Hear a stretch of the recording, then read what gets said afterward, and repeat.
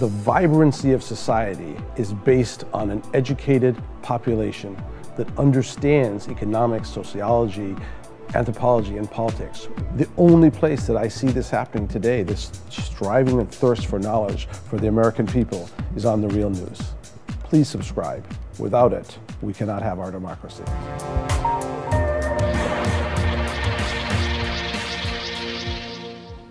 Despite Congolese rebel leader Laurent Nkunda's promise to support a UN-backed ceasefire, fighting in the Democratic Republic of Congo continues. Government forces battled Nkunda's rebel army north of the provincial capital of Goma on the weekend, in a battle that has so far displaced at least 250,000 people since August. To analyze the ongoing conflict, I spoke earlier to McClatchy journalist Shashank Bengali in Nairobi, Kenya. The conflict in Congo really began with the genocide in Rwanda in 1994. In that conflict, you had members of the Hutu ethnic group slaughtering members of the rival Tutsi ethnic group. And when that conflict ended, some of the Hutu militiamen that had carried out the genocide, they fled over the border neighboring Congo, and they still live there today, 14 years later. And they live among the population, they've had children, they've intermarried. Despite efforts by the UN and other groups tried to disarm these militias, they still live there. Now, a few years ago, a Congolese army general named Laurent Nkunda, who is of the Tutsi group in Congo, the same group that was slaughtered by the Hutus in Rwanda. General Nkunda left the army, took up arms against these Hutu militias in Congo, saying he had to protect members of his ethnic group from those militiamen. The growing rebellion by General Nkunda that's now become something much, much bigger, not just to protect members of his ethnic group, but also to try to seize territory and actually challenge the government of Congo as a whole. The charge that the Hutu militias in Congo have carried out crimes, I mean, it is true that they have carried out some crimes and they're responsible for some abuses against civilians, but everyone that I've spoken to says that the response by Nkunda's forces, the Tutsis, has been out of proportion to the crimes that were committed against them. It's not clear to me that the Hutus in Congo now, the militias from Rwanda, pose an existential threat to the Tutsis. I mean, Rwanda had two rival tribes, the Hutus and Tutsis, and Congo has more than 400. So there are many people in Congo who don't believe that a genocide could occur there, and so therefore the same sort of dangers don't exist for the Tutsi population. And many people believe that Nkunda is using the presence of the Hutu militias as a pretext to grab power, to grab land. They're saying this man has an agenda that goes far beyond protecting Tutsis, because his forces are blamed for uprooting tens of thousands, hundreds of thousands of civilians, and many of those people are Tutsis themselves, now living in very difficult conditions because of what his army is doing. The threat of violence is ever present in Congo. You've got, in some places, Congolese soldiers and Nkunda's forces are as far apart as 100 meters.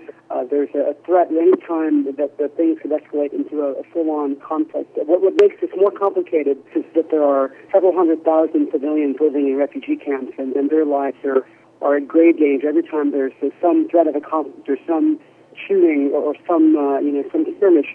These people run into the hills. It makes it very, very difficult for aid agencies to get relief to them. And the other thing that complicates all this is allegations that both these groups are being supported by other countries. There are allegations that Rwanda, which now has a Tutsi-led government, is supporting General Nkunda's rebellion. And there are allegations now that the troops from neighboring Angola have come into Congo to back up the Congolese government. It's hard to separate Rwanda from Congo at the moment because there is certainly pretty good evidence that Rwanda is supporting this rebellion. Congo, because it has such riches, minerals that I mentioned, and because it is so ungoverned, neighboring countries, Uganda, Rwanda, others in the region have often come into Congo to try to grab pieces of mineral wealth.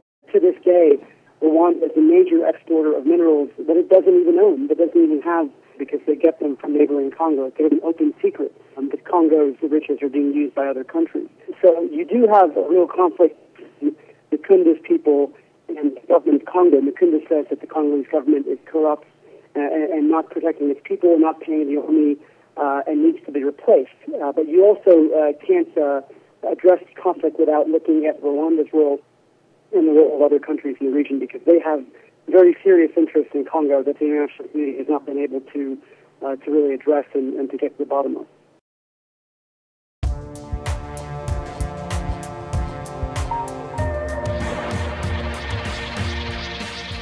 There are times when reality just asserts itself, in spite of the haze created by television news and entertainment. Sometimes crisis rips a tear in the fabric of myth and propaganda. Now a profound economic crisis has ripped asunder the American dream itself. Millions of people losing jobs and homes. They lack proper health care and any real sense of security. Since 2001, workers' wages have fallen or remained stagnant, even though worker productivity has risen almost 33%. By 2006, the top 1% of households were receiving 23% of all pre-tax income, more than double what it was in the 1970s. It's the greatest concentration of income since 1928. As unemployment rises, we need to know why this crisis is happening and what we can do to defend ourselves. Why are wages so low? Why is the society so laden with debt? Is it in ordinary Americans' interest to have a $1 trillion military budget to project power across the globe? Corporate television news won't ask these questions, let alone try to find answers. Only a truly independent news network can tackle these questions with courage and with ordinary people's interests in mind. We need a news network that's independent of corporations, governments, and political parties. We need the real news. But there won't be a real news network unless we raise substantial funds right away. The current financial crisis has hit our funding hard. Together, we do have the power to turn it around. There are already hundreds of thousands of people watching the real news every month. If everyone pitches in, we can build an internet and cable television network that will change the face of media forever. You can organize house parties, talk to friends at school and at work, send email blasts and spread the word. Distribute this video to everyone you know. Pick up the phone and call a few friends and suggest they visit therealnews.com. Invest just 10 minutes a day to ask friends and colleagues to join the campaign to create a truly independent source of internet and television news. Together, we can build this network. Just 50,000 people at $10 a month gets us to our first level of sustainability.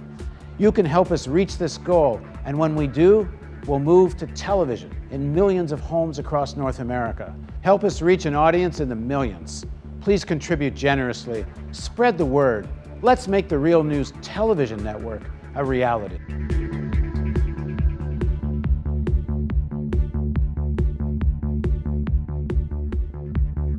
Your tax-deductible donation makes it possible. Please contribute at therealnews.com.